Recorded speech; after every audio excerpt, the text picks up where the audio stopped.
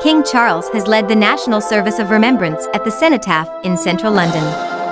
The service honors the contribution of military and civilian servicemen and women in World Wars I and II, and other conflicts. Thousands of veterans, army personnel, and members of the public in the capital joined the rest of the UK in a 2-minute silence at 11 o'clock Greenwich Mean Time. Members of the royal family and politicians also laid wreaths.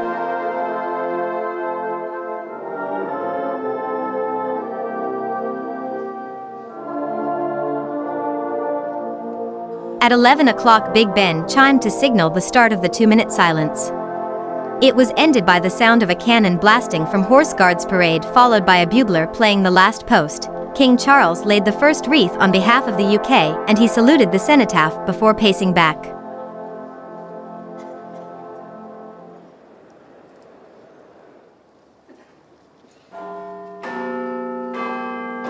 The second wreath was laid on behalf of Queen Camilla, and this was followed by the Prince of Wales, the Duke of Edinburgh and Princess, and who all stepped forward with their wreaths. Prime Minister Rishi Sunak, Labour leader Sir Keir Starmer, members of the cabinet and other political party leaders also took part in the first formal part of the service. Queen Camilla viewed the Remembrance Day service from the Foreign Office balcony, alongside Catherine, the Princess of Wales.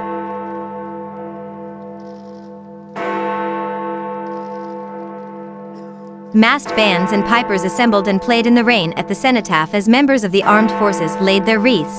The cenotaph remains under a dedicated 24-hour police presence until the conclusion of remembrance events. Services were also held across parts of the UK, including Belfast, Plymouth, Cardiff, Liverpool, and Manchester.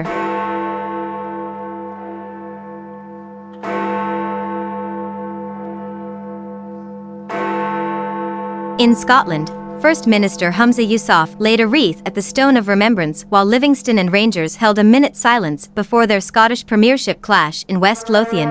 On Saturday, 9 police officers were injured as they prevented a violent crowd of mainly football hooligans reaching the War Memorial while a service took place.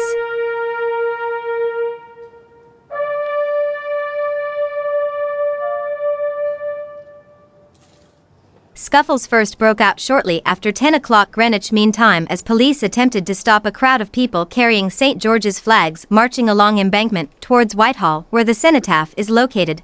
Officers faced aggression from some of the counter-protesters, who include some far-right groups, near the cenotaph, the Metropolitan Police said.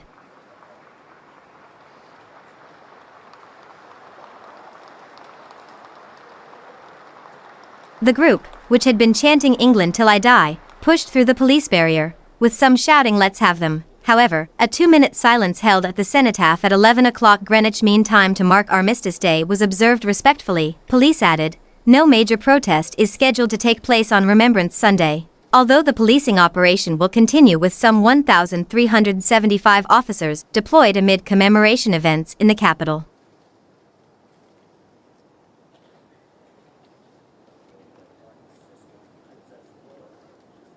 A parade through Whitehall followed the wreath-laying. Among those marching are nuclear test veterans, who for the first time are wearing a medal acknowledging their contribution. After 70 years of waiting for recognition, those exposed to the effects of nuclear bombs during the UK's testing program were given a medal depicting an atom surrounded by olive branches for the Remembrance Sunday service.